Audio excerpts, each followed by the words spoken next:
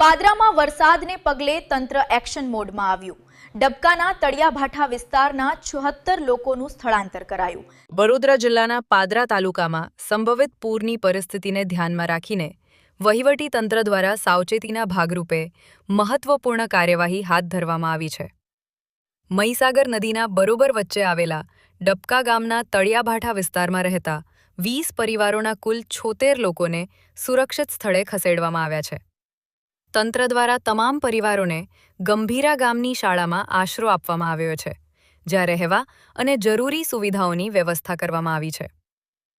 મહીસાગર નદીમાં પાણીના સ્તરમાં વધારો થવાની સંભાવનાને પગલે કોઈ અનિચ્છનીય ઘટના ન બને તે માટે આ પૂર્વ સાવચેતીના પગલાં લેવામાં આવ્યા છે।